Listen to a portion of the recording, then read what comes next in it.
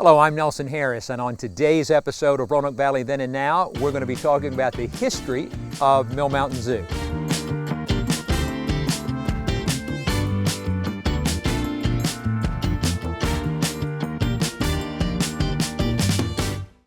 On today's episode, we're at Mill Mountain Zoo, and we're thinking about the beginning of this zoo, which actually occurred in 1951 by a man named Cletus Broyles, who was president at that time of the Civic Club in Roanoke.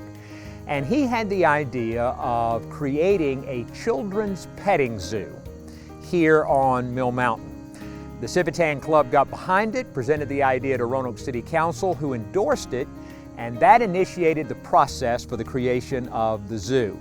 And the zoo was one of the largest civic undertakings in the history of Roanoke at that time because it involved volunteer labor by the Civic Club, by the Parks and Recreation Department of the City of Roanoke, by a cadre of volunteers from other business and civic organizations. And the zoo opened on July 4th, 1952. Less than a year after the idea of the zoo had first been presented to Roanoke City Council by the Civic Club. It was $100,000 in cost and had the theme of Mother Goose nursery rhymes. And the Mother Goose nursery rhyme theme was common for children's petting zoos in the nation at that time. And so there were all kinds of exhibits that in some way or another displayed an animal that was connected with a particular nursery rhyme. So, for example, there was the story of the three little pigs that obviously had a pig exhibit. One of the favorite exhibits was the prairie dogs, and they had actually been donated by the Civic Club in Lubbock, Texas. And so when the zoo opened, it opened from Memorial Day to Labor Day. That was its season. And there was always a call put out every spring for people to bring animals to the zoo that could be part of the exhibit. And so there would be notices given by the Parks and Recreation Department that if you had a possum or a raccoon, or if you had some kind of a farm animal, if you would be willing to bring that to the zoo, then at the end of the season you would come and pick it up, with the idea being that children raised in an urban environment would have the opportunity to see up close and to pet an animal that maybe they had only seen a picture of. And so the zoo became very popular on its first season. During its first season, it had 84,000 paid admissions. Having been a lifelong Roanoker, one of my personal memories of coming to the zoo when I was a child was the entrance. The entrance, you came into the zoo by going through a shoe. And so it was the old lady who lived in a shoe. She had so many children, she didn't know what to do. Again, keeping with the Mother Goose nursery rhyme. And so I can remember walking up the path, coming to the zoo. You saw the shoe and you knew that you were getting really close. And so that was one of my best memories of entering the zoo when I was a child. One of the main attractions that was here for many years was Ruby the tiger.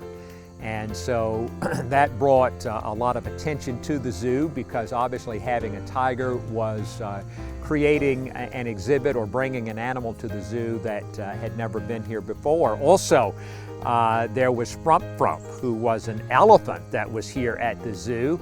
Ringling Brothers Circus had come to Roanoke, and before they left, they had an elephant that they wished to donate to the zoo, and they did. And Frump Frump stayed here for a season or two, actually, unfortunately, passed away while being a part of the exhibits here, and is buried somewhere here on the top of Mill Mountain. One of the main attractions of the Children's Zoo on Mill Mountain in its early days and still today was actually not an animal, but what we call the Zoo Chew. And the Zoo Chew was maintained and operated by the Roanoke Jaycees as a fundraiser for their various civic projects. And so when people came to the zoo, they could see the animals, and they could also then take a train that went the perimeter of the 7.5-acre zoo again, at that time in the mid-1950s. The zoo really became part of a larger body of attractions here on the top of Mill Mountain, because by the time the zoo opened, the Roanoke Star was in existence, and the Star Overlook then came shortly thereafter. And by the 1960s, the Blue Ridge Parkway had been given access to the summit of Mill Mountain, and so that brought even more attention and visitors to the Children's Zoo on Mill Mountain. Today, the zoo operates an endangered species program and has animals that are not native to this part of Virginia, and so the mission and the exhibits of the zoo have greatly expanded since those early days in the mid-1950s. Thank you for joining us for this episode of Roanoke Valley Then and Now. We'll hope to see you next time.